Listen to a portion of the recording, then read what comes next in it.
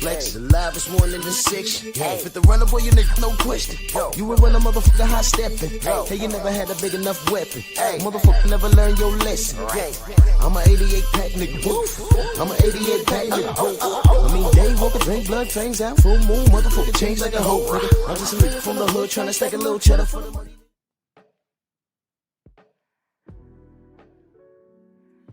Yeah, buddy.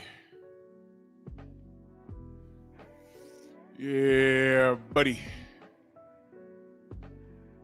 Lightweight. Lightweight, baby. Drew Titan Bronson on deck. Shout out to the mighty LDBC. Bear with me, ladies and gentlemen. I am not feeling too well. But I got to talk this boxing content, man. I got to give y'all this content, man. I got to do that. Yeah. Let's do this roll call real quick. We're going to get right into the meat and potatoes. Stormy, I sent you the link, brother. You know, I'm dealing with a lot behind the scenes, but, you know, we here. Mark Wunderlich, Mac of the South, Stormy B-Man in the building 3 times, Kawhi Elliott, Bionic Prince, Nada 86, man. Salute to you in that super chat. Much love. He said, salute June, salute to the mighty LDBC, salute to you. Rod Neal, salute, good brother. Jimmy Bernard, Derek Gaines, the legend, Jose Diaz, 88 Sports Talk. Come on in, smash the like button. I need everybody to do me this solid. You know, first order of business. That is the link to Bear Cave Entertainment. I need everybody to go subscribe to the Bear Cave Entertainment, man. That is my nerd channel, but I'm also triple casting over there. I'm on the Painful Excellence podcast right now. I'm also streaming from Bear Cave. You know, this is what we do. Yeah, I'm trying to get that channel up to 500. You know, we need if you ain't been paying attention to what's going on in the realm of YouTube, we need all the support we can get. I'm going to do a fair use on Pep Talk probably tomorrow night in reference to what's been going on. Everything that I talk about here is true. And the clowns at Google, they effed with the wrong one. And yeah, I'll talk more about it tomorrow. Salute to Mr. Lattimore. Yes, sir. The real OG, Mr. Martin, the building. Salute to you, man. Thank you for all your support, man. Salute. Trade out of dreams. Salute, good brother. Yes, sir. You gotta forgive me, ladies and gentlemen. I am not feeling well, but I'm here.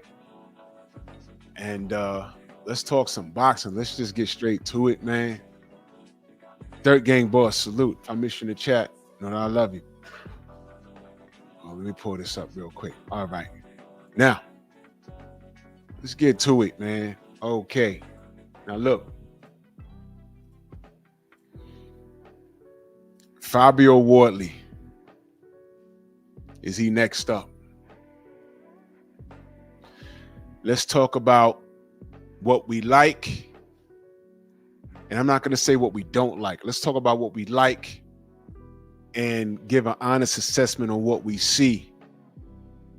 And based off of what we like and what we see, where can he potentially go? Eric Jordan, salute to you. Where can he potentially go? To me, I'm going to say sky's the limit for this young man. Sky's the limit for this young man. And let me just say this. Let me say this before, you know, the clowns come in, because you know what's going to happen with this brother, right? They're going to try and hijack him. I'm letting y'all know y'all can't do it. I'm letting y'all know y'all can't do it. All right? Y'all cannot do it. Y'all can't do it. I'm not going to let y'all do it. Because I'm talking boxing. If y'all want to do the national thing, y'all fine. Feel free. I don't care. I know when I was watching the event yesterday, did you see Queensberry and all those heavyweights on stage? Did you not get like a rush? Like, wow, anybody could get it. There's a few guys on there that stood out, You know what I mean? But all of those fights is a toss-up. All of those fights is a toss-up. The sleeper, Felix, salute, brother. The sleeper, well, not even a sleeper. The person that we're not talking about enough is Adjit Cabiel. I think he's the killer. I think when the dust settles, it's going to be Adjit versus somebody. But I think he's going to be one of the last men standing. Absolutely. Yo, listen, I got a rush. I haven't had a rush like that for the heavyweight division since Don King was running things. And that's like the late 80s going into the 90s, y'all. Dead serious, man. Dead serious. This was like, I got a rush looking at that stage. It's like there's not like one guy that stands out.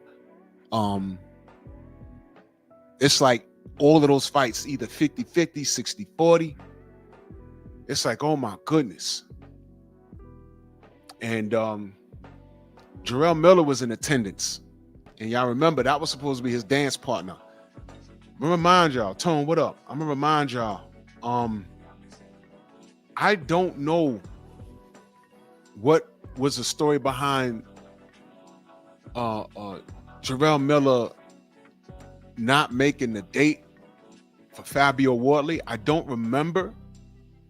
There was something about I think it was something about a drug test, something. If y'all remember, check my channel. I did a video on it. I wasn't sure what was going on, but it sounded fugazi, especially since, you know, the fella got, you know, a pass with drugs and stuff like that. Vince, salute. But listen, man, I don't think that was going to work out for Big Baby. With everything being honest, I don't think it was going to work out for Big Baby. Eric Jordan, that super chat, he said, shout out to the Ninja Sword. Wardley, heavyweight. Yeah, we got to give him a Ninja Sword. Give power to my nigga sword! You got to give him a Ninja Sword, man. I don't think that was going to work out for Big Baby, man.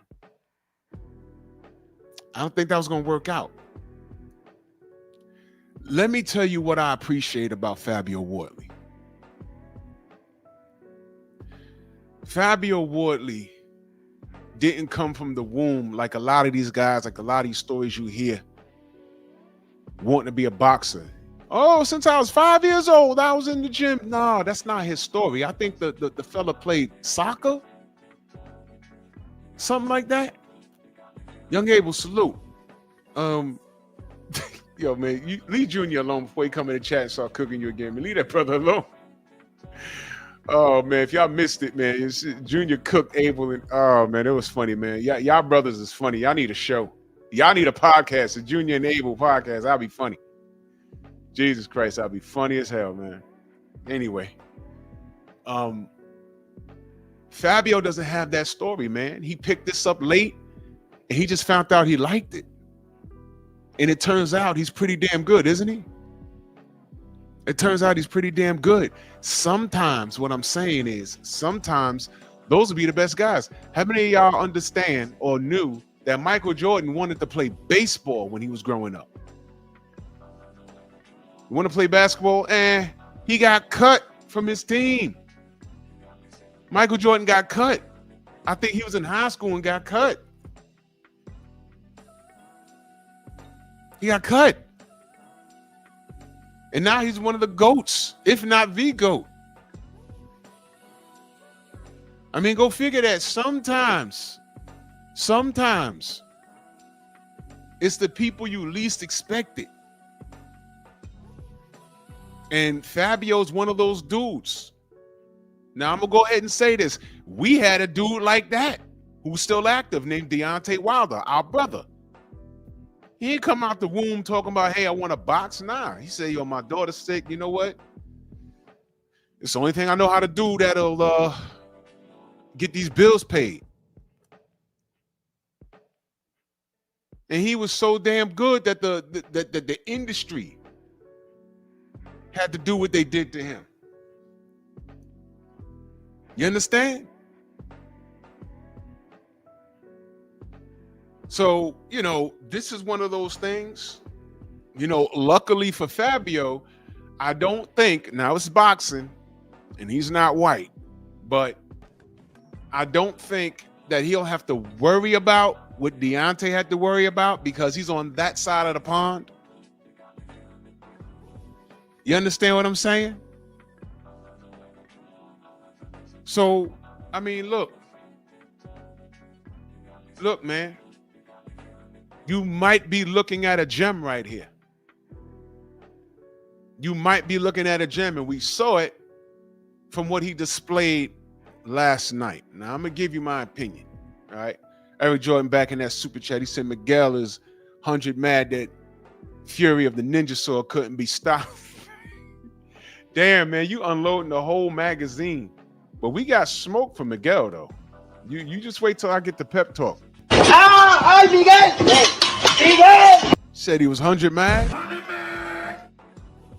Give power to my nigga sword! He's just DJing y'all. Young Abel in that super chat, he says Junior needs that Hassan chop for that foolish. Oh my God. What are y'all doing, bro? All right, man. Okay. All right, Abel. I got you. Give me a second. Where's that? Give me one. Here it is. Salute. Yeah, we're not dealing with insecure ball jugglers today. So I don't know who that was, but you're gone. We're talking boxing here. All right. And before any insecure fools come in here, let me lay this out for you because you guys have selective hearing. You was here the whole day. You was here when the show started. The first thing I said was the man to beat was Edgy Cabiel. Who's what? German, right? And I say we don't talk about him enough. Did I not say that? I like Edgy Cabiel. I like what he's doing. He is a whole problem. But all of those heavyweights on the stage, let me ask y'all a question.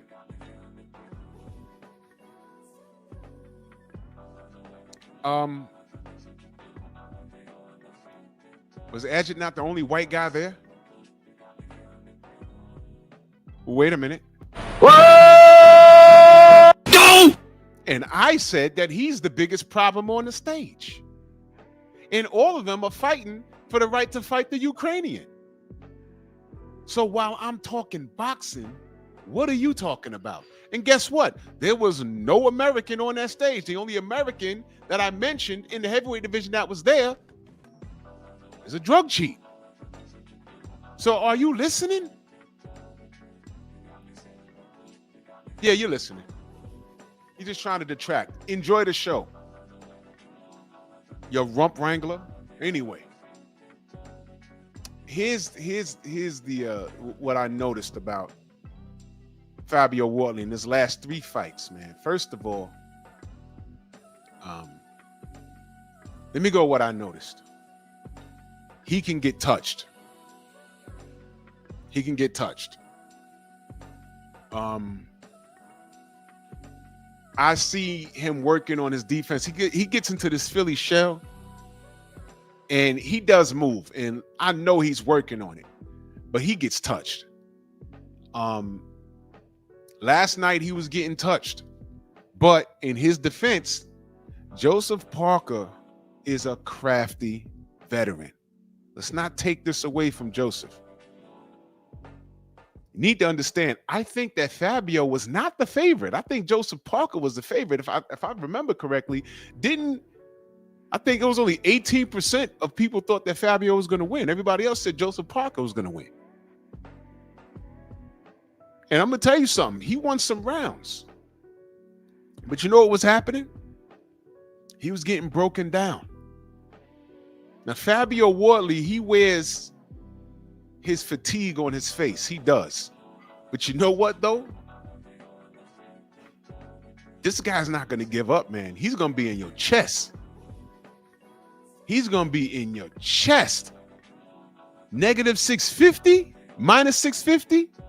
Oh, my God. Cats lost money. betting on Joseph. And on paper, you would think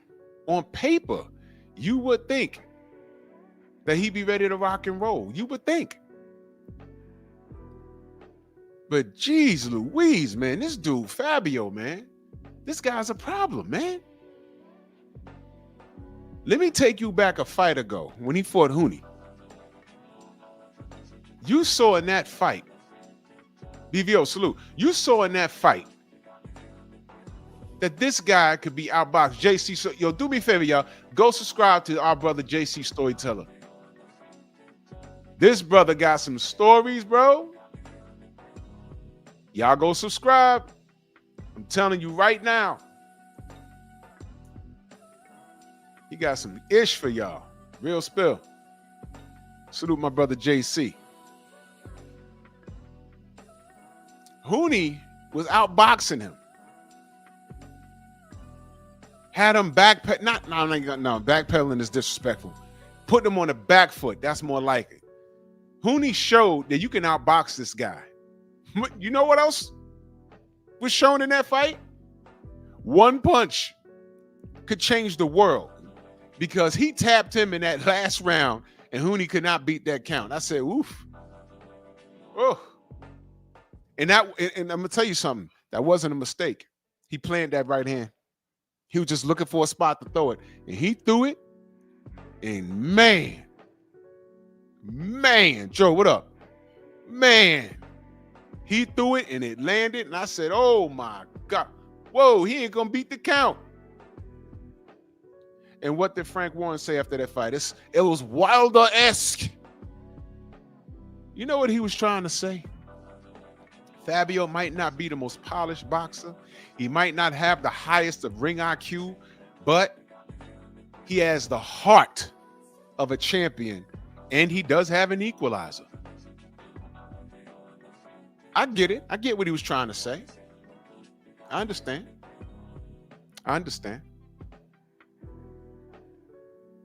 So now Fabio Wardley gets into this fight with Joseph Parker. What they were trying to do was line him up to fight Alexander Usyk. Of course, Usyk would have been the favorite going into that fight. Usyk is that guy. He won't be denied. And I'm going to keep saying that until someone dethrones him. Do I see it happening? Look, man, anything's possible. It's boxing. But if I was to pick somebody to do something to him, it would be Ajit Kabiel. Or right now, as it stands, I got to give Fabio a shot. It's not 50-50. I would say 60-40. You know why? Because this dude's going to be in Usyk's chest. This is not Anthony Joshua. This is not Daniel Dubois. I know what happened to Daniel Dubois. And it was so frustrating because I'm not going to say I put him on a pedestal, but I expected better from him. You feel me? I expected better from him. And he let me down. He did. Because I thought that he was taking this moment seriously. And he just didn't do it. And it was a letdown. That's what I'll say. It was a letdown. And I thought he'd just do better. Greg McCall, what up, man? Jim Diamond, salute. Jose, what up? If I miss you in the chat, know that I love you. You know what I mean? So I don't know. But this kid right here, he showed me something last night. He showed me something. He showed a chin. Because Parker's not no power puncher, but Parker's that dude came in at 260. First of all, that was too big. I don't care what anyone says. He was too big. They spoke to his trainer. And yeah, Felix, that was crazy. Yeah, they spoke to his trainer and he just said, hey man, that's just how it ended up. No, it's not, bro. I didn't like that response. D, what up? I did not like that response. That's just for how it ended up. No. He should have came in this fight like around 240. He'd have had more gas in the tank. He may have been able to outbox him in the championship rounds. But here you see the veteran not being able to hang with the young gun in the championship rounds. Snoop, what up? And it was like ridiculous.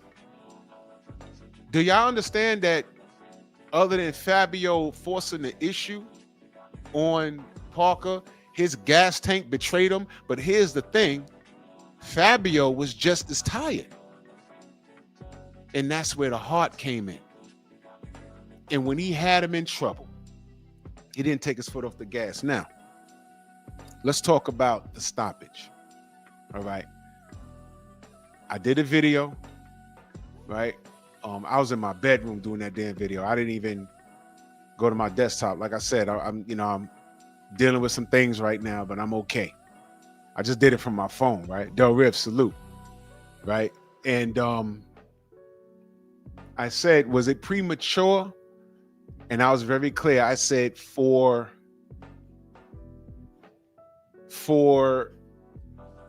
Parker, yes. And I'm going to say this. For Parker, yes. Because we've seen him get knocked on his ass by Zilly Zhang twice. We've seen him get knocked. He fell in another fight too. And we've seen him hurt versus not Derek Chisora. We've seen him hurt versus Dillian White. And we've seen him come back. So on the outside, as it's happening in real time, I'm saying to myself, well, maybe the ref could have let it go a little longer. But here's the flip side.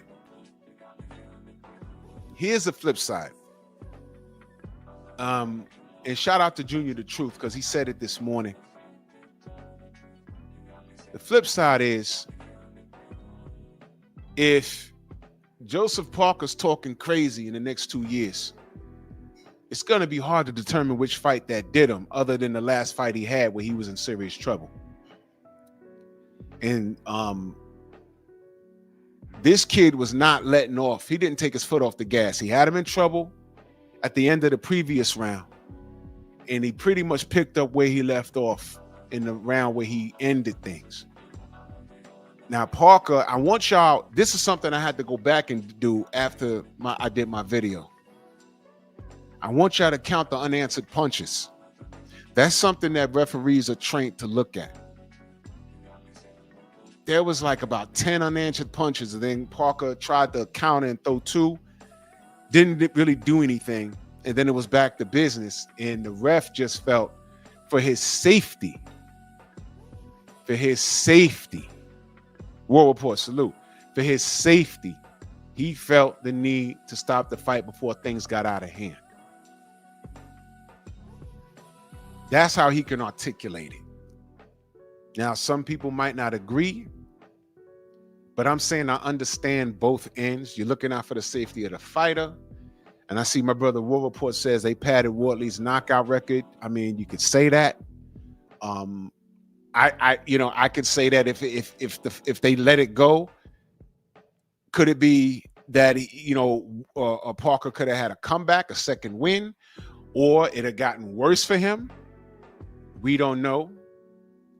Convos with Cam, salute. We don't know. But we'll never know now. Was it a robbery? I'm not gonna go that far, because Fabio was just exhausted. Parker was exhausted and hurt. And that's where the ring IQ comes in. This is where experience comes in versus ring damage. You feel me? Mr. Ishmael, salute.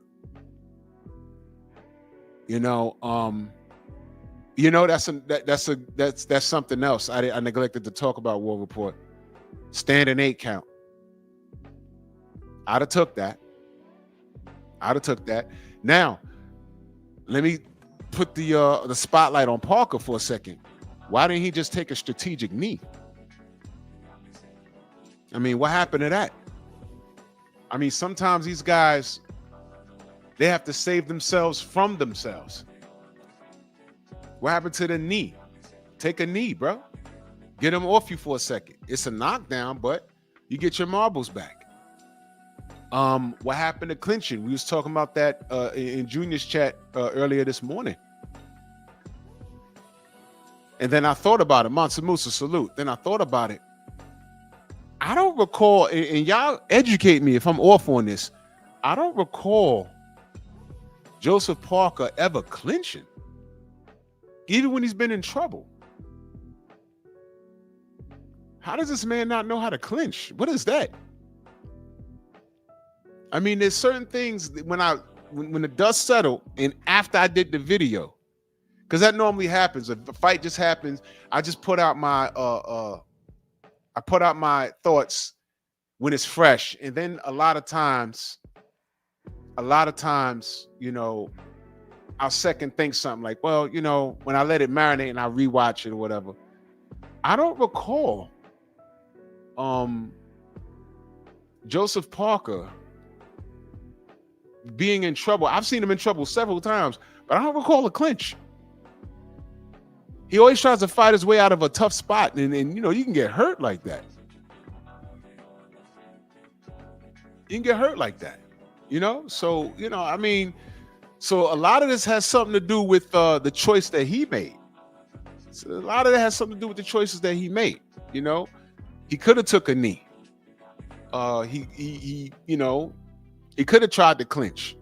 I saw Fabio Wardley initiate several clinches. You know, that right there, that saved him damage. Sam Max, salute. Fabio Wardley still has room to grow. Yes, I did. War Report. Yes, I did. Yes, I did. Yes, I did. There's a reason why too, bro. I'm gonna hit y'all in the comment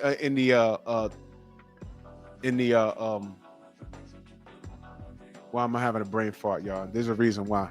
On the Instagram, because I've been dealing with some stuff, y'all. So I missed the Junior Fall fight. I did.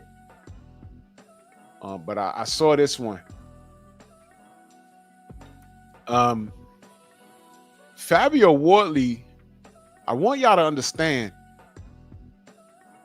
down the stretch, he dictated this pace. Like he was the veteran, is what I'm saying. He dictated this pace like he was the veteran. And it's like he fooled everybody. He fooled everybody. Joseph Parker was supposed to win every moment of this fight and pretty much take the young buck in the deep water and drown him. And it didn't happen like that. Yeah, the group chat, brother. Yeah. Yeah, it didn't happen like that. And what I'm saying is Fabio really, he impressed me, man. He really did. He really, really, really impressed me.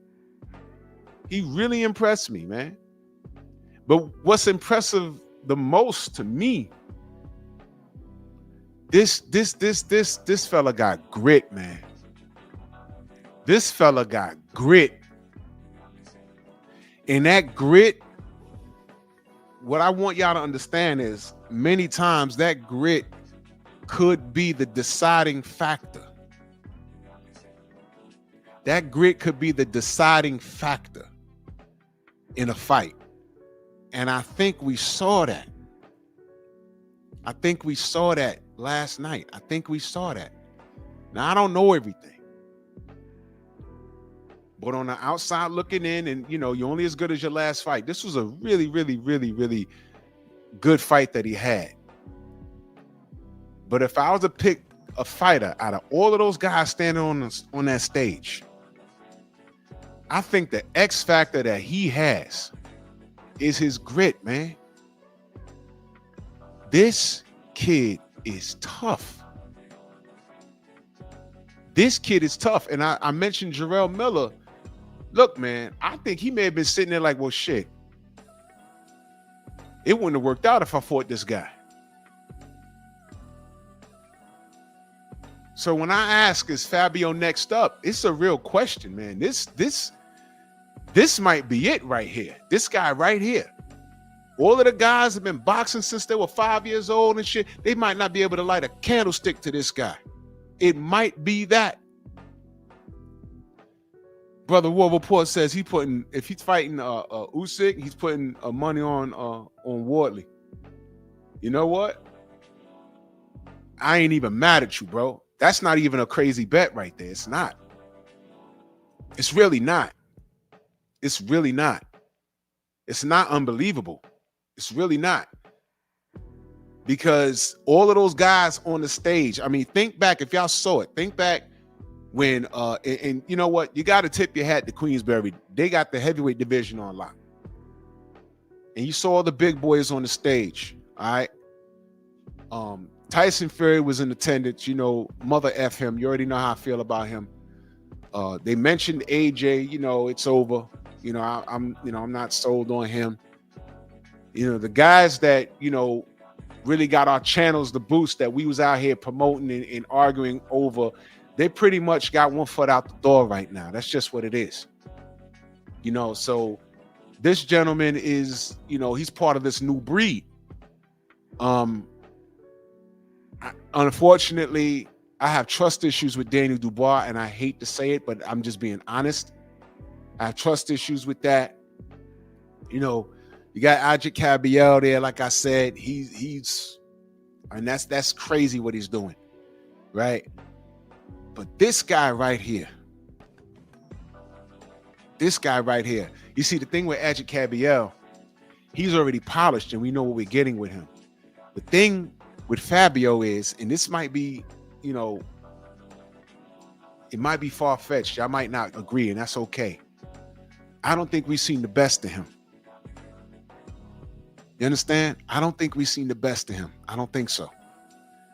And it's the unknown. And I'm going to say this, and I want you guys to understand. The reason why Fabio will be a problem for Usyk is the same reason why Usyk ducked Deontay.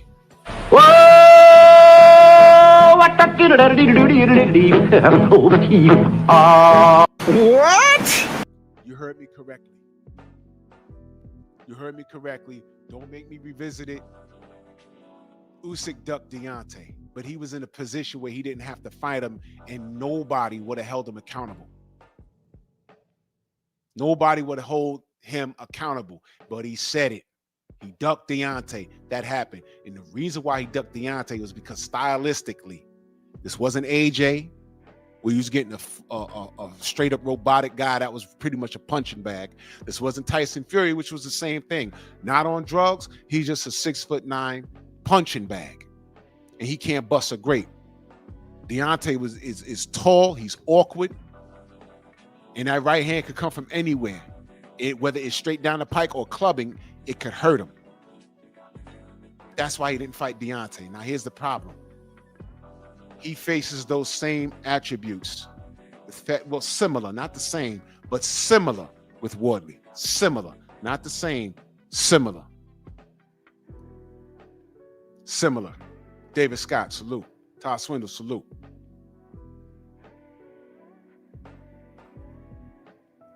And when it comes down to grit, this dude ain't gonna do what AJ did, man. I don't think he's gonna hurt. I don't think Usyk could hurt Wardley like how he hurt an unfocused Daniel Dubois and Tyson Fury off the drugs. This kid is an athlete for real. He's not chiseled like an AJ. He ain't got like the bodybuilder physique. Lost with real Baltimore in the building. Salute. Real Baltimore. This guy, but he's an athlete nonetheless. The kid is 6'5". What is a solid 240, 250? Solid? Dare I say, if Usyk is going to have a bad night against anybody, it's Fabio Wardley. Now look. Yeah, Mr. Ishmael, I made a short about that. Why are you gonna fight Wilder? Usyk's response was because. I was like, oh wow, that's your answer? Oof. Okay. dare I say, stylistically, and I know it's hard because it's difficult for people to understand. Big Tim, salute. It's difficult for people to understand. Because Usyk is that dude. But I need y'all to understand something, man. Everybody in this game, Tay, good evening. Everybody in this game, to a degree, has been steered around certain things. You might want to think that your guy, look, I got something, I'm gonna be talking about Canelo this week. And somebody in the industry was talking to Steve Kung Fu Kim. Y'all gonna see it. And he said exactly what we've been saying in the same names. Canelo was steered around a lot of fighters. Now, I know, prior to the Bud situation, the Bud loss. It's not a situation, it was a loss. That's what it was. It was hard for people to believe. Y'all thought Canelo was this unbeatable thing and one punch and Bud's going to go flying to Mars. Didn't happen. I stood here and I said, yo, Bud is all wrong for this guy. That's what I said.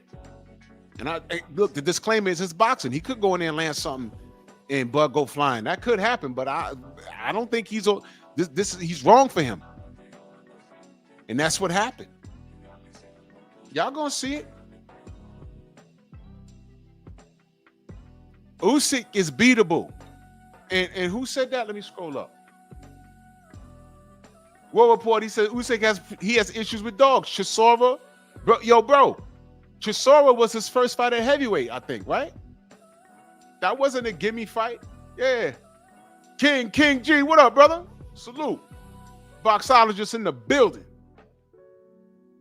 John Pound, salute. He got a problem with dogs. Del Boy was in his chest. You know what? That's what I want y'all to do. Go back and watch Derek Chisora versus, and they fought in the bubble, if I'm not mistaken. It's a couple of years ago. Go watch the Derek Chisora and Alexander Usyk fight. I think that was his first fight at heavyweight. I gave him a little grace for that.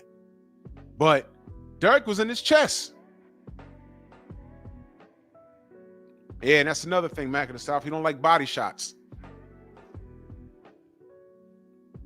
I was so annoyed with Daniel Dubois' performance because when I learned the shenanigans leading up to that, I said, man, you just take your money and just give him your damn, just give him your nuts, man. Just do it. Universal truth, salute. Just give him your nuts. You don't want to fight. Just give it up, man. Horrible. But I think where Daniel Dubois failed, I think a guy like Fabio Wardley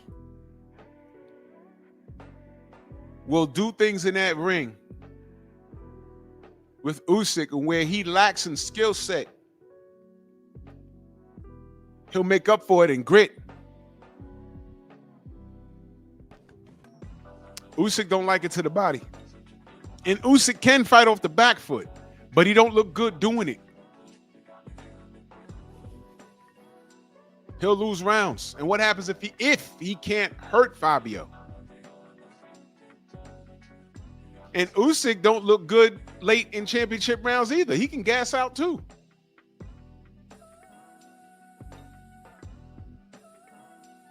I mean, this is a real possibility, y'all. A possibility. I'm not saying he beats Usyk. I'm saying it's a possibility.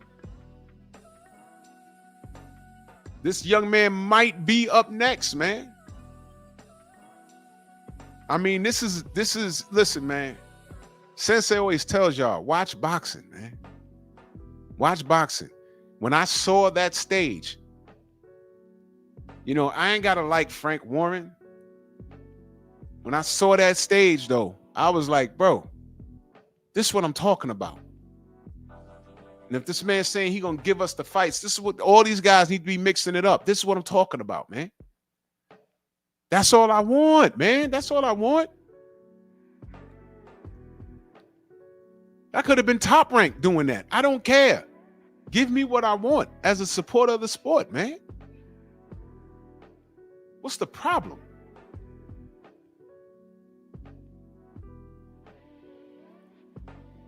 This dude, oh nah, War Report. What I'm saying is where he lacks in skill set, he makes up for in grit.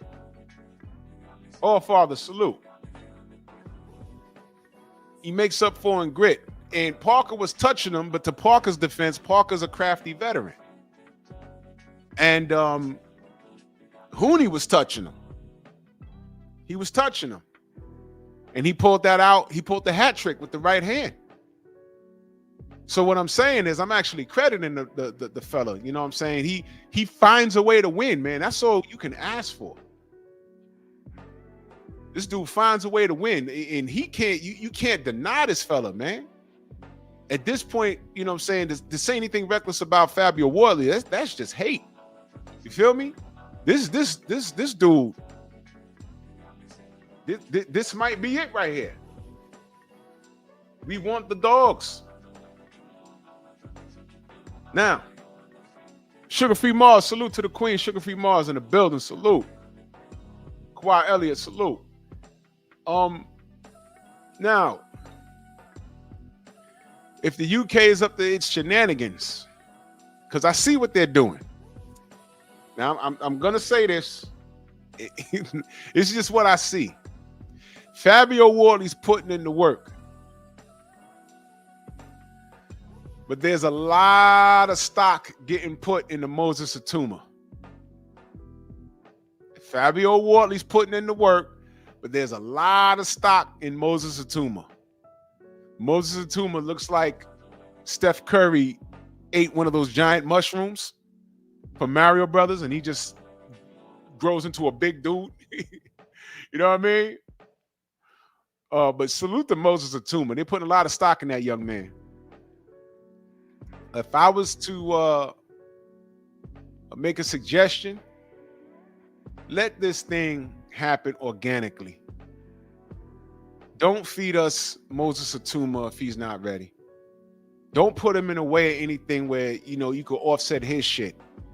If Fabio Wardley's if he's developing and he's next up, just let that go. Look, I know Moses Atuma's a shade lighter. He got got the curly hair going on. I understand. This is what black folk do. This is what we do. I get it. You know, I said it jokingly, Fabio, don't believe the hairline. He's still a young man. It's okay. It's okay. But let this thing happen organically. Please don't force things where they don't need to go. Because you'll mess around and make Moses Atuma Frank Bruno. You don't want that. Frank was celebrated. And, you know, he had some good wins, but, you know, he got dethroned so bad, he got depressed. Feel me? Crazy stuff. $1 Trillion Dream says, I'm sad, Drew. America has no heavyweight champions or future champions in the making that I know of. What happened? Well, you was here the whole time. You know, we was out here supporting Deontay and, you know, Jared Anderson and Jarrell Miller wanted to pop dirty and, you know, I mean, hey, a lot of Americans didn't want to rally behind Deontay. They rather rally behind AJ and Fury, and now both of those schmucks are gone. I rock, salute. Both of those schmucks are gone. And, you know, they act like Deontay never existed. And they act like they never waved pom-poms for the enemy. And yes, those dudes were the enemy, as it turns out. AJ was the enemy because he's the one that didn't make the fight, listening to Eddie Hearn. And goddamn Fury is obviously the enemy.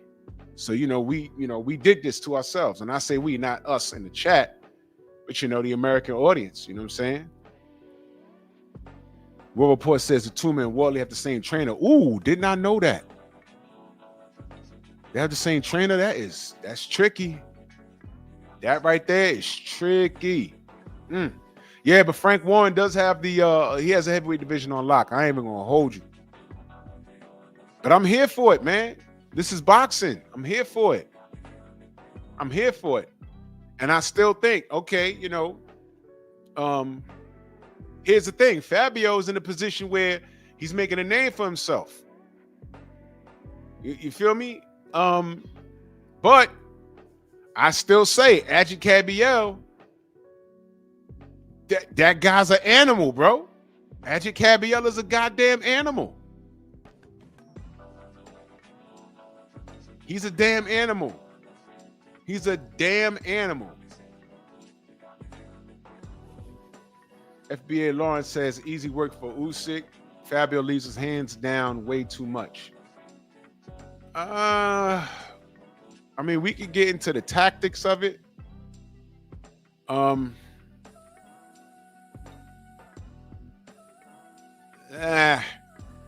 Every fighter don't fight fighters the same. You know, there's things that Usyk did with AJ that he didn't do with Fury. You know what I mean? So I think I think if they sign that fight, that would be you know, a little more. I'd have to look at what Usyk does. See, Usyk has a deeper resume and he's seen more things than Fabio Wardley. So that's where the IQ comes in at. So off the back, I would understand if someone picks Usyk, and I ain't mad at that. I'm just saying that Fabio has that grit factor where he comes in, don't have the high enough IQ. You know what I'm saying? He might not have the same foot placement, but he got an equalizer and he's just tough and he's all over you. That's what the Rocky movies was about. Apollo made the Italian Stallion, you know, to sell some seats and, you know, bring up this, you know, Italian guy from Philly and, you know, really on paper didn't belong in the ring with Apollo, but then he found out that this dude was all wrong for him. And you saw that in Rocky too. Apollo was like, yeah, I want the rematch. But then when he kicked everyone out the office, his trainer said, yo, I don't like this fight, champ. He said, why? He said, he kept coming. Remember that scene? He kept coming, champ. Which means all the lateral movement, the lead right hands, the jabs and everything else didn't matter. Rocky kept coming. And that's what he didn't like. And he lost the rematch. See, the Rocky movies, if you look past the fight choreography and just listen to the story, it actually makes sense. And that's what Rocky was about. He was not as talented as Apollo. He wasn't as big as Apollo, but he had grit. And he had a second more heart. 1 second.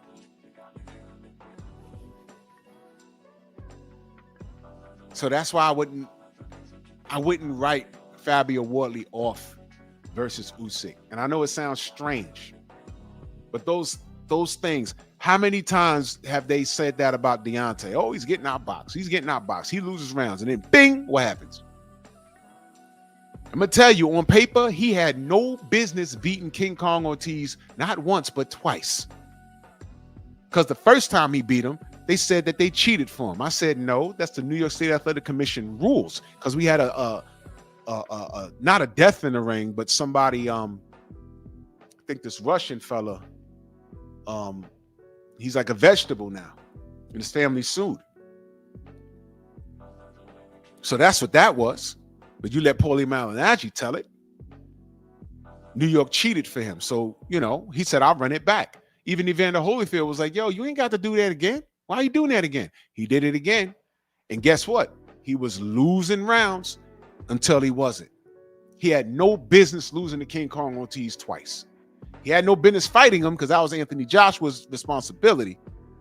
But we ain't going to go there. But he fought him. He stopped him.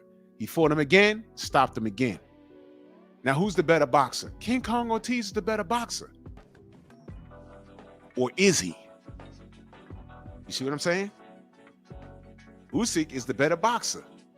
Or is he? We don't know until we find out. You feel me? And this is what makes boxing so special. This is why I love the sport. Because we could look at things and say, oh, nah, this is supposed to go this way. But you know what? You never know. How many of y'all in the chat knew that Roy's going to get knocked out in the second round versus Antonio Tarver? Who the fuck actually said that? Nobody. I didn't say that. I never said that. I said, oh, what? He's not going, whoa, what? Holy shit. Yeah. Yes. Which one of y'all thought that Buster Douglas was going to knock out Mike Tyson? Now watch this. How many of y'all, well, one of the people, or a few of the people, saying that Mike, oh man, he was goofing around. He didn't have no corner. He was goofing around in Japan. He'll get it back. Here's my question to you. How come he never ran it back with Buster Douglas? Y'all never thought about it? 30 years later, y'all never thought about that? See what I mean? The answers be right in our face. They be right in our face, and we just ignore it sometimes. Like, oh man, no. No, I'm telling you.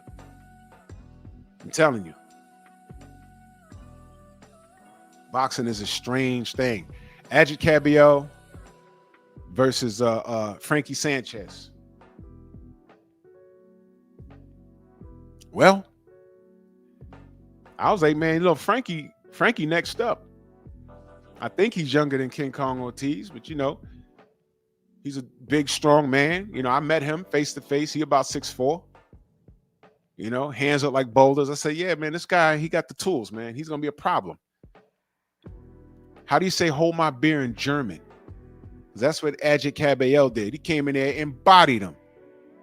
And not one of you mofos said get it back in blood. Yeah, I'm taking notes. Has Frankie Sanchez fought since then? He had to have. But he never ran that Adjit Cabello smoke back. See what I mean?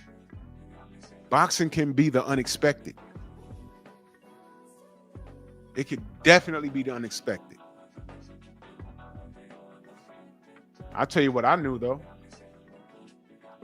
Adjit Cabello, when he signed to fight Zhilei Zhang, I said, you know what? I don't think I'm betting to get this guy, man. There's something with this dude. He's like a tank. It's like a German tank. He kept walking forward and boom, he was fighting Big Bang Zhang in the pocket too. Boom, boom, boom, boom. And I noticed he was tearing his ribs up. He started getting red and Zhang started getting frustrated. Next thing you know, he's dropping him. I'm like, ooh, this dude's a murderer. Yeah, man. The Queen Shaquilla Fields in that super chat. Salute to you, Queen. She says, adding a little color to the chat. LDBC Strong. Salute to you, Queen. I appreciate you.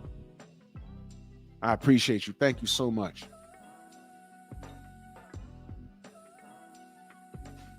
That dude did not stop.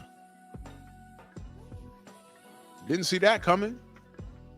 Right? I thought Frankie Sanchez was going to pan out. I really did. I really, really, really did. Oh, yeah, Jose? Yeah? Oh, man. I thought Frankie was next up, and then Cabello happened. I said, oh, shit. Let me pay attention to this guy. Let me pay more attention. I knew about him. I was calling him agitated cabbage. Well, it's not a game no more. Because I'm going to tell you something about placement. When you look at yesterday, they had him on the side of the stage on the far left. They had everybody else on the right. Did you notice that? I picked that up right away. I said, look at that. Look at that. They're holding this guy to high regard. Now, I'm on here giving them props. You already know what they're going to do if he starts panning out and beating people. You already know. Yeah, boxologist. Yeah. Yep.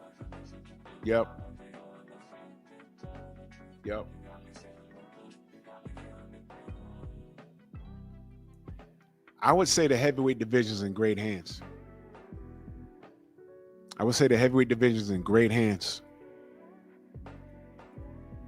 I'm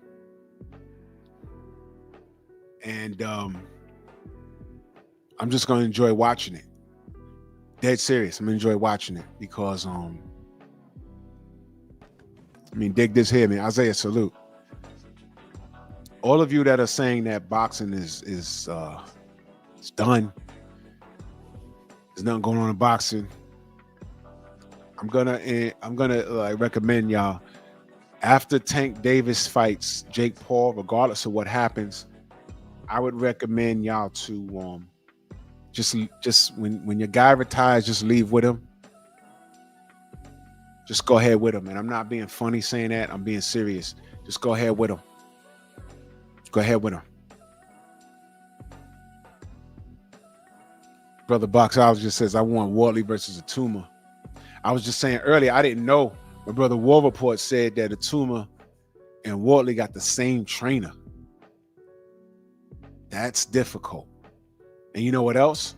With that being said, I think they may have sparred each other, so they might be very familiar. Now, that's not to say the fight won't happen down the road. You know what I'm saying?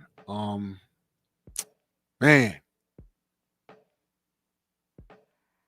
But there's so many things that can happen in this heavy. Basically, what I'm saying, Kawhi, I salute you, man. I appreciate that, brother. Basically, what I'm saying is, family, get excited about this heavyweight division, man. We got some things going on. I don't give a fuck who runs it. Right now, it's Frank Warren and Queensberry. I don't care. Get the zone and watch this stuff, man. Now, it's true. They're going to try and grape us. They're going to try. They're going to try. They're going to make us pay for stuff, even though we're paying for a damn subscription already. I know. How bad do you love boxing, though? Because I'm a sucker. I told y'all, I'm a battered spouse. I love this sport. The sport don't love me back. I told y'all that. I just can't keep away. My love for the sport don't start and end with no fighter. That's my alarm. I gotta take my antibiotics. Hold on a second.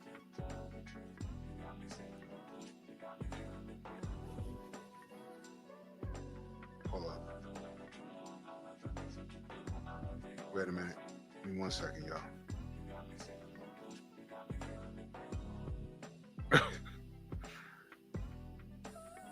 Hold on. War Report, you in the chat still, brother?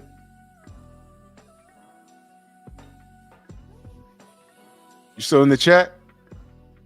check the group chat. My brother Trick Nolte in the building. Oh, okay. Check the Instagram, brother.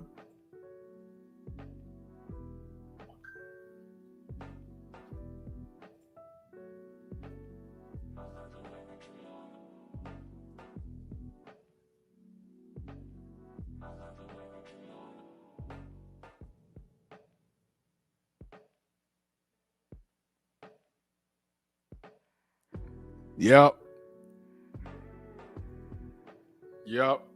Yeah, you reading it right, bro. I sent the Trick. Yep.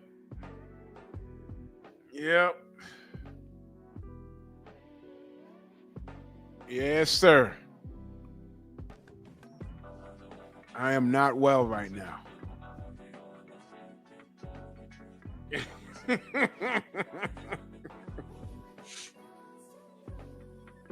Dead serious, bro.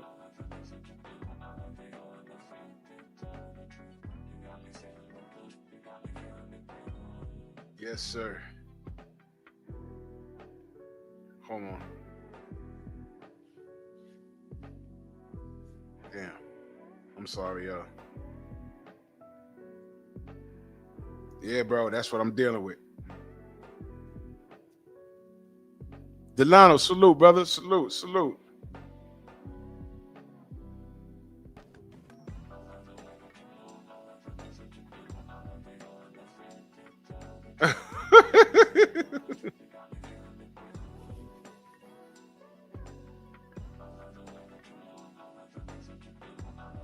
Yep. I'm waiting for Trick to get here.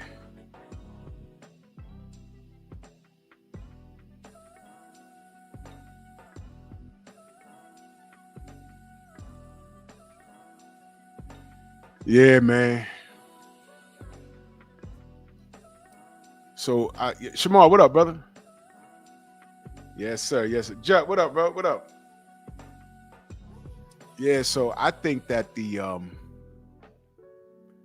Clarence McClain, Bronx on deck, salute. I think that the heavyweight division, I'm excited about it, y'all. I really am, man. And you know what it is, too? Let me tell you why I'm refreshed. I'm going to tell you why. I know that my brothers was in here talking about, $1 Trillion Dreams was like, there's no American heavyweight. Let me say this, bro. I'm cool.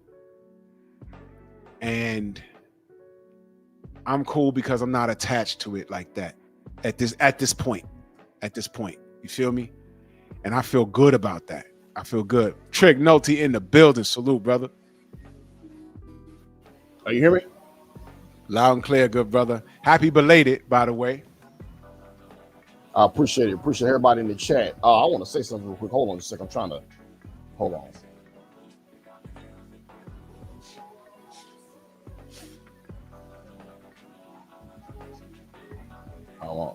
I'm trying to. Got two things playing in the background. Can you hear me, Drew? Yeah, loud and clear. Yeah, I want to say something real quick. Yes, Fabio Wardley and Moses Atama, they do have the same trainer, but it can be done. Think about this. Back in the Gap, and I don't know if a lot of people remember this. Remember, Don Turner was trained in Holyfield and Michael Grant. And it got to.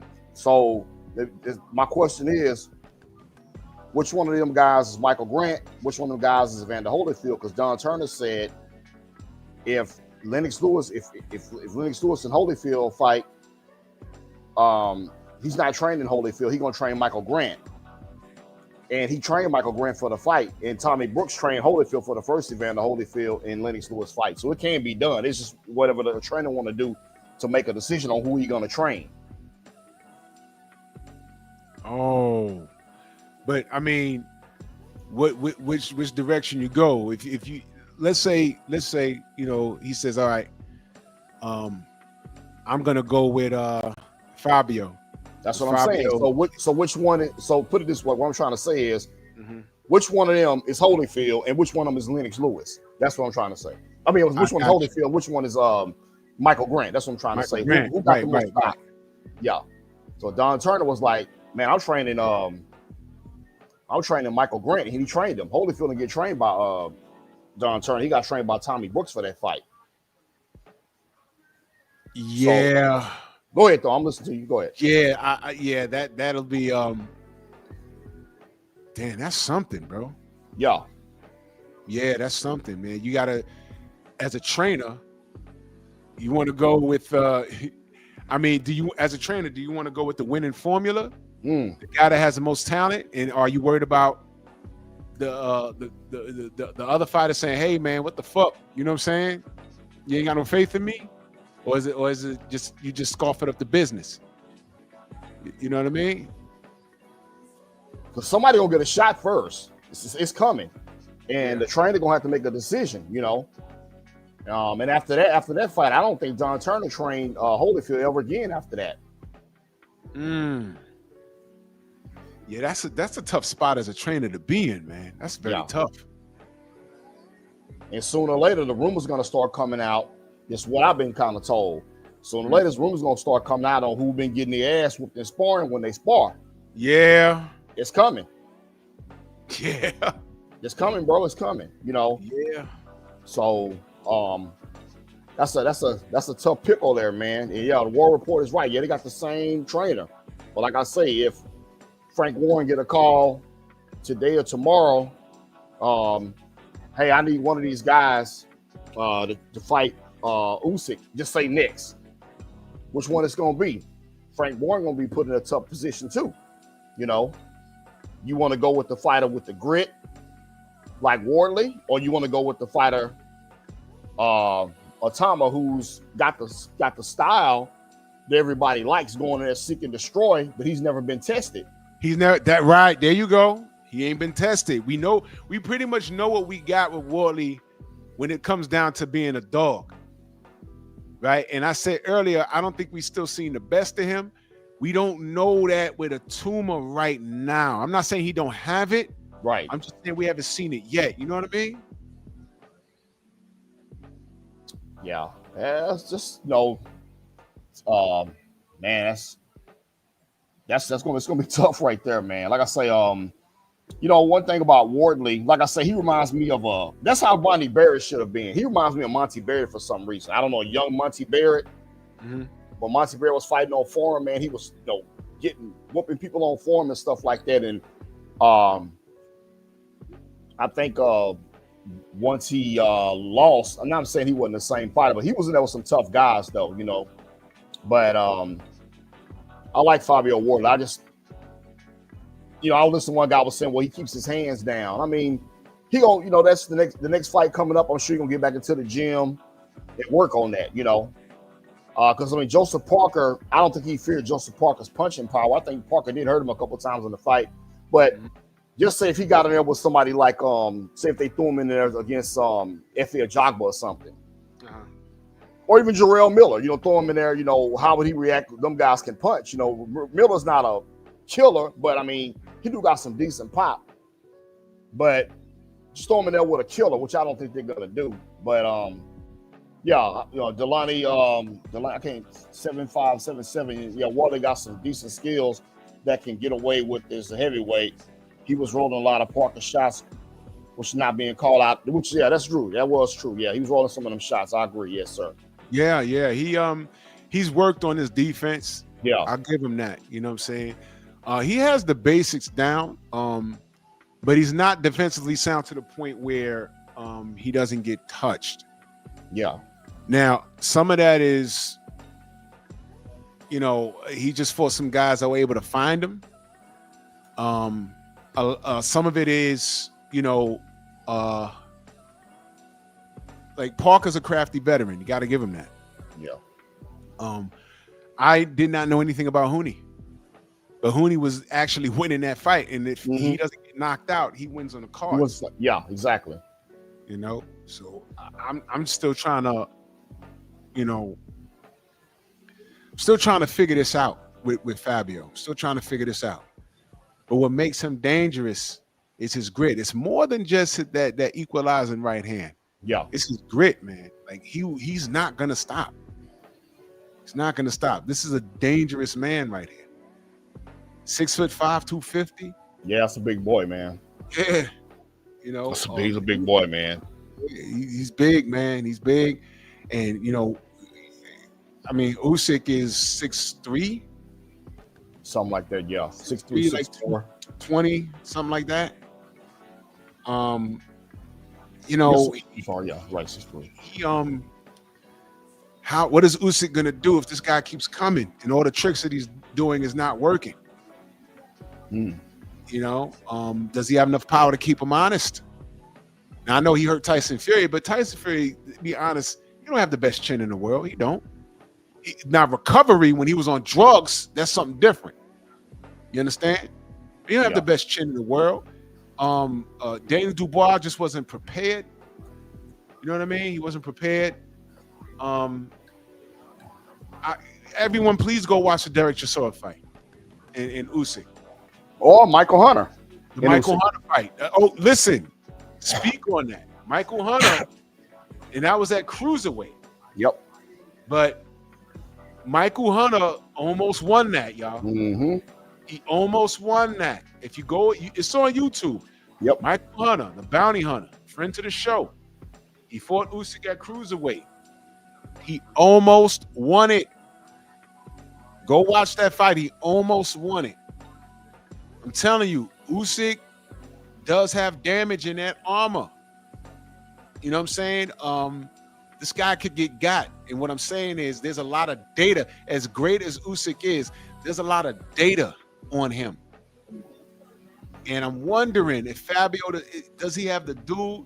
Is he that dude? And does he have the dude in his corner to put things together to say, okay, we can formulate this game plan to beat Usyk. This is what we need to do to beat him. He has size. He has power. Does he have the discipline? And does he have the talent? Because I know he has the grit, but does he have the discipline and the talent to capitalize on Usyk, because Usyk is the next guy that really ain't got nothing else to prove in this division. He could leave tonight, Yeah.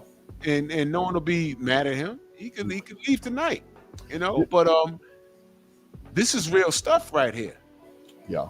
And my thing with Usyk, like, ain't the most powerful puncher, but what gives a lot of fighters problems with Usyk's problems is his footwork. You know, he's never still. He's never in the same spot. He's always moving, you know. Hard target, man. So, you know, that'd be interesting to see. How can Fabio cut the ring off on Usyk, you know, because Usyk's steady punching. You know, he's not punching, you know. He's steady punching and moving, you know. So that's going to be real interesting, you know. But I think he's ready, man. Put him in there. I think he's ready. Atuma, I don't think he's ready. You know, I'm just not sold on him steaming, rolling demon. Well, Demon White, you know. So Dillian White, I'm not impressed with him steamrolling Dillian White. That looked good and everything, but the kids need some rounds, man. You need to put some rounds in, you know. Yeah, he sure does, man. He sure does. But you know, the sky's the limit. Sky's the limit, yeah. Sky's the limit, man. What is your overall feeling about the place that the heavyweight division is in right now? Well, right now, it looks like from what I seen yesterday, these UK guys are carrying the heavyweight torch. You know, actually, I can't say I'll be butchering this guy's name.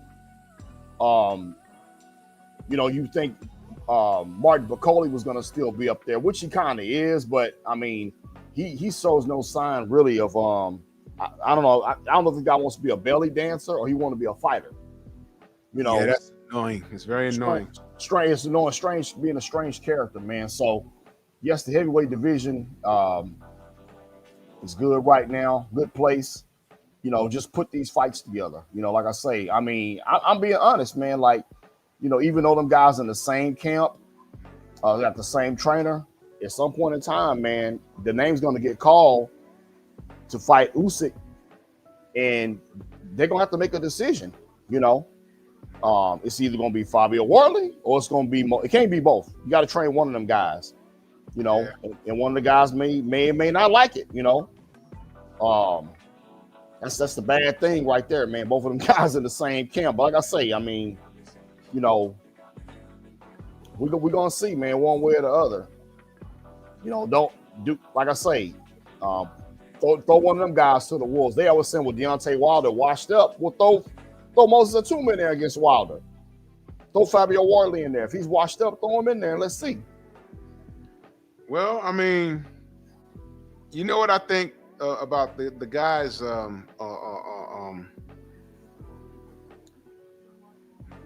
You know what I think about the guys. Oops, I don't unsent something. My bad. The guys in the UK, they know what time it is with Deontay. Yeah. And on one hand, they'd love to get that name under their belt. On the other hand, they're like, you know what? Fuck around and put Atuma in there and he get hit. There goes that. Yeah. You know, so you know, they might throw D in there with you know, one of those other brothers in there. The two African brothers. What's that brother? He got a fight coming up in Nigeria. The dude with the cornrows. I can't think. Adewale. Yeah. I forgot. Yeah. Butcher his name. That guy. You know, they'll throw him that. But these, you know, I say this respectfully, the prize pigs. You know, the Fabio Wardleys, the Moses Atumas, they're gonna nurture them like how they were nurturing AJ. And the last thing they would need, because right now they consider Deontay over the hill and on his way out. But they don't want to, you know, resurrect what he got going on. You know what I mean? Hold me down for 1 second, Trick. I got to do something real quick. Okay. Yeah, chat. So what y'all think, man? I got in here late. I got to go be at work at 8 o'clock, so I'm about to get off in a few minutes when he come back. So I don't live that far from where I work. So I hopped on with him for a little bit. I want to just speak on what the odd fellow was saying about them having the same trainer. And then I want to make a comparison to Holyfield and Michael Grant having the same trainer, which was Don Turner at the time. Yeah, I'm back. Yeah. But listen, Drew, listen, you say hold down, listen, I gotta be at work at 8 o'clock. That's why I was like, man, I'll listen to you, man. I'll say, let me hop on real quick and talk about Don Turner when he was training Holyfield and Michael Grant. What's up, Stormy? I seen you hopped on real quick. Yeah, I'm about to get off, man. I gotta be at work at 8 o'clock tonight, man. So All right, brother. Yo, what's good, man? it was good. Hey, It was good. hey, Trick, before you go, I wanted to say something. Don Turner did resume training Holyfield because he was in Holyfield's corner when Holyfield fought James Toney. Okay, my fault, my bad. I thought he didn't train him anymore. My bad. Okay. That was right to a certain extent, you know. Yeah. No, it's not that you were wrong. It's like he wasn't working with Holyfield for that little bit of time, but he did resume, working with him when Holyfield went in there against James Toney. In fact, he was the one that threw the towel in and stopped the fight. Holyfield was mad at him for doing so. I remember that. Okay, yeah, okay. I thought he wasn't training him anymore, but okay, yeah. But yeah, he definitely said, if he wasn't training Holyfield for Michael Grant, for Lennox Lewis, he's gonna train Michael Grant. That's what happened. And Tommy Brooks trained him for the next fight. Well, the first fight was like in '99 and then in 2000 or whatever. So Right. Yeah. Well, salute to you, Trick, man. Thank you so much, brother. okay, no doubt, man. And Drew, I gotta get with you about something, man. I'll hit you up tomorrow. Storm, we'll talk too, man. Yes, sir. Yeah, All okay, right. okay, cool. Peace Y'all out. take it easy. Good night, y'all. Everybody. Peace. Stormy, what's good, Stormy? Yo, man, sorry for my delay, but the cotton fields was trying to hold me, man. So, But I broke free for a few hours, but I must return. I must return. I ain't got my papers yet. But salute to the chat, man. Salute to everybody out there. You were really cooking on Truck. Truck Yep. Wardley. Yeah, I think that's a pretty good nickname for him. And if y'all was listening to my stream from this morning, you'll know why I referred to him as Truck. But yeah, man, listen. This guy, you were just talking when Trick was on there with you. You were saying that you don't know. Well, we kind of know what we got out of Wardley. I disagree with that because I believe that Wardley is still an untapped reservoir. I think that the better the quality of opposition, the better he's going to look. And the reason that is because he's a savant. He's a guy that has taken this up, and he's more than capable of competing, but it's his intangibles that are off the charts. And see, when a fighter has off the chart intangibles, that's hard to measure. That has nothing to do with, being unorthodox or anything like that. It's the fight within the fighter. You just don't know. But there was a window opening, a precursor, so to speak, when in that late rounds of the fight against Parker, after Parker had landed a couple of really good shots on him and everything and thought he had shook him to the point that he was going to have an advantage, when Wardley dropped his hands and said, come on, let's go. Right. In other words, I'm not fazed. I'm unmoved by that. Show me what you're working with. That's something that you're not seeing a lot of from fighters of today. And it's something that people should pay more attention to because that's uncharted. They didn't plan for that. They planned for being that 260 plus pounds. They planned for being able to muscle him around and show strength over him and everything. And that guy was right there with Parker, blow for blow, toe for toe. And if you really want to evaluate it, you look at it this way. Parker is the one that had to back up. Parker was the one up against the ropes. Parker is the one that was put in a position where he was being beat down into submission. Think about that for a moment. See, people don't really want to acknowledge the facts because Wardley was an unknown commodity to a lot of folks. However, those of us who watch boxing, we've seen the guy a few times or whatever. But Parker spit that mouthpiece out. What was that, the second or third round? I don't remember. Yeah, I didn't even mention that. He did. He spit that mouthpiece out, and the referee gave them a break when Fabio was in aggressive action. He was supposed to wait until a lull in the action. Plus, Parker's cornerman, Andy Lee, was standing on the ring apron and should have been DQ'd for that. So there was some things going on that did not favor Parker at all. It looked like Parker was in trouble and was going to either be knocked down or something, because he was really in crisis in that moment. He was. Yeah, he was. I neglected to mention that part. You know, for the people that were saying that it was a robbery, I'm not gonna go that far.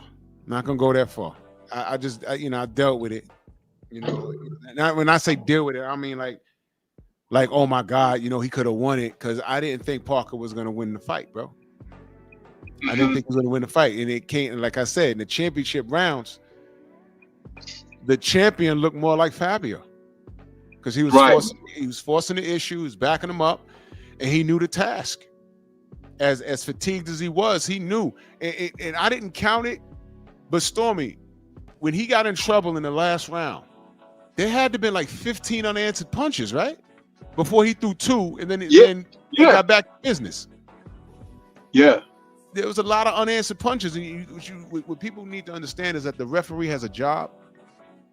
And they are... And he was in crisis again. Even though all the punches weren't landing, Fabio was not going to stop. And that's the thing. You see, when the ref jumped in and waved it off, he collapsed to the floor like out of joy and anxiety because of what he was expending. But he would have punched at that man until the man either fell, quit, or the referee stopped it. Yeah, that's what people don't understand. And he has never been taxed as far as his stamina is concerned in a fight. He's never been taxed. He's been competing the entire time. Yeah. You're talking about a guy, dude, whatever kind of injury he sustained in that first fight against Fraze Clark with the bridge of his nose, that was a horrible injury to his nose, because it really has never healed. It's, you know, it's scar tissue there and discoloration, but with the kind of break or whatever that was, breach, whatever you want to call it, you have to understand, when he was bleeding from that, he was bleeding 2 places. He was bleeding from the outside and he was bleeding on the inside, like through the nasal cavity, which really inhibits your breathing altogether. Yeah. And the man never stopped. He was fighting like nothing was wrong. Yeah. This guy's made for this, man. And he didn't realize until late. He's made for this. And usually when these guys come from other sports that are high impact, high cardio, and you know, 6'5", 250, you running around like this, y'all better be glad he didn't come out the womb boxing. You understand? Y'all and you look at his physique. I talked about this. See, I say a lot of things. People, it's like, you know what I really think? I think people, like, they hear me and they be like, oh, this guy think he know everything or whatever. And they be very dismissive. But dude, I've never lied on the points that I bring up. The man has an athletic build. He's not too muscular. He's not too bulky. He's actually just right. His frame reminds me of the young Cassius Clay who grew to become Muhammad Ali, because Ali was not a sculpted Adonis either. but he was so athletic and so lithe and lean. He was fast, he was quick, he was mobile. And see, those are the aspects and dynamics that a real athlete can bring to the ring. And he's still strong too, because you did not see Parker bullying him at all, even though that was part of their game plan. Ali was stronger against Foreman than they thought. When Ali got in there against George Foreman, he was holding Foreman and pulling on him and pushing on him and everything like that. And it freaked them out because Foreman, who was thought to be this monster of a man at 24 years of age, and Ali was 32, Ali was stronger than Foreman because he was a more seasoned, experienced fighter. And when we say stronger, we're talking about in that grapple. We're talking about moving around in that ring, like how we say Bud, not the biggest guy in the world, like in comparison to these bigger guys, but he knows how to wrestle and he can move your ass around in that ring. That's what Right. Canelo found out. He moved his ass around like, what the fuck? He controlled that clinch immediately. And that's why Canelo, and more on that during the week, Canelo ain't have no, there weren't that many clinches in that fight either. Because Canelo wasn't having no success. Inside, outside of the clinch, nothing. And when he recognized how strong Bud was, just like Sean Porter did, he didn't try that anymore, because from that point you're going to be embarrassed. You understand? It's like you know, like say you a guy that in playing basketball and you like to play in the paint, but you go and you make your little moves in the paint and do your little layups and stuff like that, but you get a guy who's a real good defender and he catch you in that paint, and the next thing you know, he blocking and swatting your shots and everything, and now it's like, oh shoot, you know, what do I do now? You know what I'm saying? And then it's like, oh, you're intimidated now, so you're not gonna go in there and do your little layups and stuff, because this dude is swatting everything that you bring. So now you're kind of like, okay, I'm gonna shoot my mid-range, or I'm gonna shoot my my jumper. You're gonna stay out of the paint. You know, that's what happened when they run across Patrick Ewing or Akeem Olajuwon down there in that pole in that paint. Yep. This is science, man. Real quick, because I'm fading right now. You know why I'm fading. Yeah, I understand. The heavyweight division, your thoughts on the heavyweight division right now? Well, one of my videos that I did earlier in the week talked about the resurgence of the heavyweight division, starting with the fight with Parker and Wardley. That was my video I did first in the week. I said that this could provide a resurgence to the heavyweight division, because I knew that Wardley was going to be successful, and that was going to put to bed a guy who thought he was due a title shot. On what merit was Joseph Parker due a title shot? I would like someone to clearly define that for me. That's a good question. Because beating the fighters that he beat, and the way that he won the fights, and the way that he found those opponents, I disagree with that. But I'll say this. I'll say that if he really wanted to test himself, he should have fought Adji Cabiel. Right. But they figured that Cabiel was a little bit more of a tougher task than Wardley was. But it turned out that blew up in his face, because Wardley was and always is going to be a dark horse, because he's got that thing that, like I said, that's untapped. At least with Cabiel, there are aspects of you watch him and you can box him. You can box with him. Yes, he'll work the inside. Yes, he's got great body punching and stuff like that. But there are things you could do to offset that. Like Larry Holmes used to say, a jab stops all that. A jab will break all that up. But we don't have anybody out there right now in the heavyweight division with the accursed, feared jab. We don't have anyone out there like that right now. So True there's story. no real boxer out there taking it to the max in that regard. So they have to rely on other things. And just because you have a power punch, that doesn't guarantee you any success. Because first of all, you'll need to be able to get it off, to get it to land. And second of all, you need to be worried about everything else that counters the power. So you could be a one-dimensional guy. You know how we talk about Pitbull Cruz being a one-dimensional fighter? There's a lot of heavyweights out there that are one-dimensional. And Yeah. they looking to land the bomb, and sometimes the bomb never comes.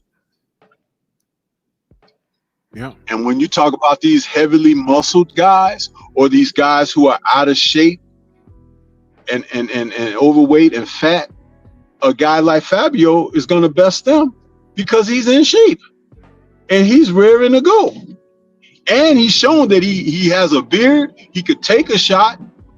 How many people are going to be in there with him going blow for blow, toe for toe, and can't take it like he could take it? Bro, I And said can't take what he's dishing out. dishing out. I had said earlier, Big Baby was in there. He getting lined up for one of those guys on Frank Warren's stage because, you know, for the payday. But I bet he's like saying to himself, man, I'm glad I ain't, whatever happened, I'm glad I ain't fight this guy right here. Because Fabio was going to hurt him. Yeah. Fabio was going to hurt him, man. I'm saying that for real, man. Like, no bullshit. Fabio was going to hurt Big Baby, man. Not like how Dubois just outboxed him and stopped him, hustled him down the stretch. Fabio was going to hurt him. Like, imagine Big Baby getting caught clean and all 300 pounds falling on the floor. That type of shit. Badly.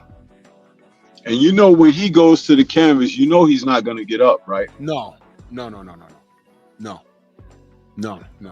all, man. Not at all.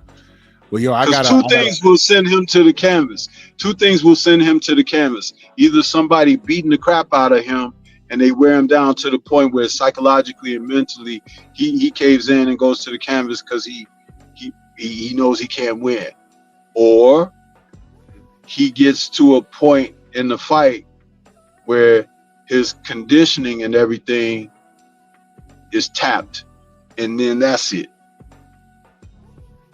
Yeah. Either or, when he hits that canvas, he ain't getting up. Right. It's crazy.